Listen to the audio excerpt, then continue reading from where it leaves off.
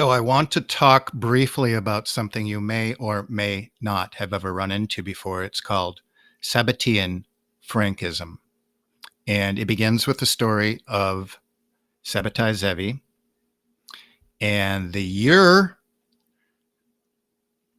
that gets focused upon in this tale is 1666. A few sixes in that year, isn't there? And this is where this idea of redemption through sin that's going to permanently be part of this race struggle, permanently be part of this doctrine that's rumbling away beneath the surface, waiting to create order out of chaos with every generated conflict along the way. And I'm going to call this a moment where there's an alchemical fusion between these Sabbatean Frankists into the Venetian black nobility, and that will be both physical and spiritual in nature. So who again are the Venetian black nobility? Because this is where we're going to start to tell history, not from one event after another that just kind of came about, but pull it together under the history of oligarchy. And it's not complicated stuff. There's millions of books. It's just that we have been biologically trained not to look at oligarchy as a concept and look at how they operate and what they're up to. So the old line ruling families who believe that they have the right to rule the world were descended. There is an actual bloodline from ancient Rome, or the so-called Holy Roman Empires. And we can see the names there, most of which are associated with banking families and rabbinical families to a lesser extent. In the center there, we have from the black nobility, if we want to call them Italians or medieval Italians, certainly not all of them were crypto Jews, but many were. And we get the forging of this Venetian black nobility.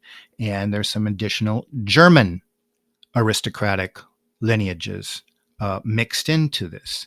And we can see that underpinning this so many times, order out of chaos, the phoenix, and of course, symbols of the Holy Roman Empire. So that family and their beliefs and projects from the ancient world survives into the modern through oligarchy. Family lineage as a way of ruling political regimes and control over people's minds and bodies. Biopolitics. They employ a certain kind of biopolitics, and that's what Foucault was talking about.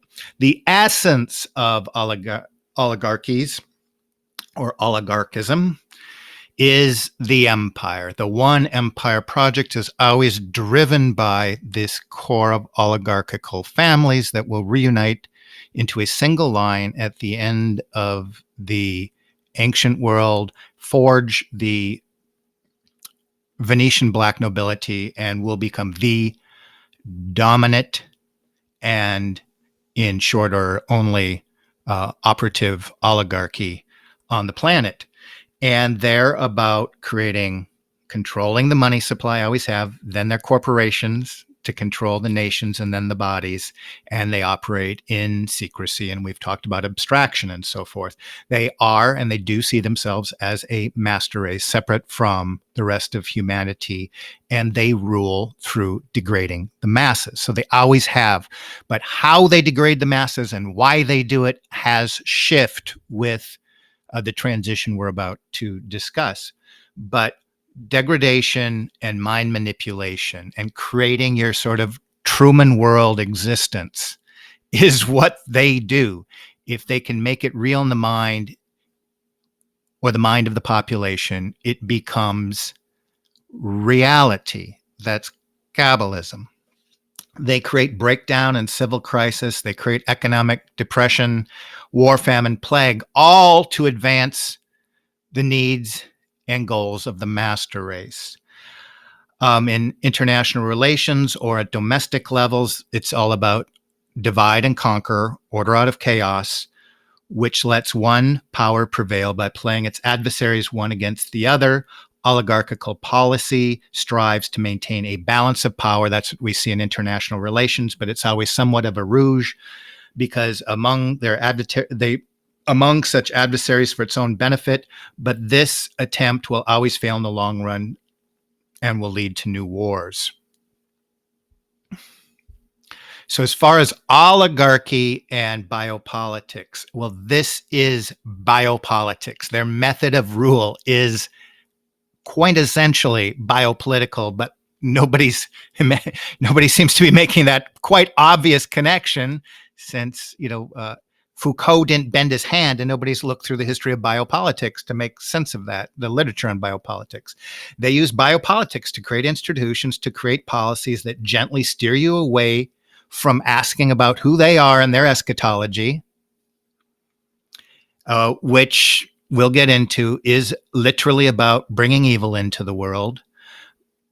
And they steer you away from those questions about them, instead make you question the existence of God and any host of policy options that they deem will maximize the degradation of man. And of course, the hidden agenda then is to weaken all other political forces except their own. And so when we think about all other political forces, we've discussed, and I'll only briefly bring together, this is about securitization. They're there to it's a protection racket, and it always has been, but they're there to securitize you. The end game, says Michael Dillon, a biopolitical philosopher from the United Kingdom, the Rosetta Stone is going to get down to the code. It's more that's where we're going here in the preceding decade or two. It's about securitizing your individual code and you subjugating your own freedom in a Hobbesian kind of fashion so that it can be securitized. You're going to give it away to have it securitized. That's the tale of biopolitics in the coming decades. So, but we can kind of ask then, well, who's making this decision? If I'm one of the guys that's going to be included in your massive depopulation apocalyptic agenda, where am I falling? Who are the true rulers? Is it Donald Trump?